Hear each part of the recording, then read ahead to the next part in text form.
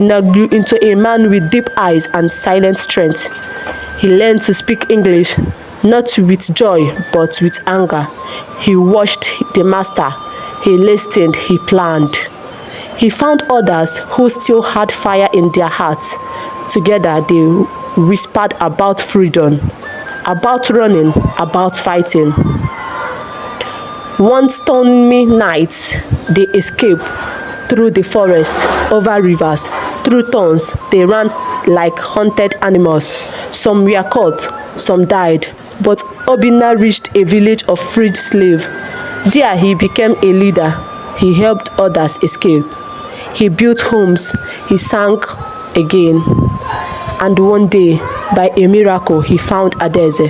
They held each other and wept for all they had lost and all they still had. Obinna never saw Mamezi again. He did not know if she died on the ship or under the whip, but her voice lived in his heart. He sat by the fire with his nephew Chimere and told him, "Never forget where you come from. We were stolen, but we are not broken." The white men tried to erase their names, their gods, their songs, but they failed.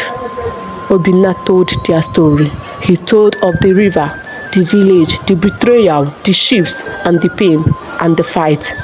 And now, you know it. Freedom, Obinna learned, was not just about escaping chains. It was about finding peace in a broken heart. In the village of freed slaves, he met people from different tribes, Yoruba, Igbo, Hausa, Efik, though they had once lived far apart. Pain had made them one people. They built homes together, shared food, and prayed in whispers.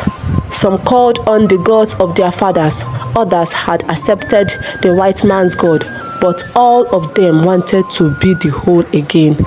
Obinna could not forget the past. Every night he heard the cries of men drawing at sea, of women screaming in the dark. Some wounds were too deep for time to heal, but he refused to let the pain make him bitter. He taught young ones to read, to farm, to fight if needed. He was not a chief, but they called him Papa Obinna. He smiled again, but the sadness never fully left his eyes. One evening, news came from the coast. The slave ships were still coming. Obinna stood before the village and said, "We must do something. We cannot stay here while our brothers are still being stolen." Some were afraid, others were tired, but a few brave souls stood by him. Young men and women who had lost family, freedom, and faith, but still carried fire in their hearts.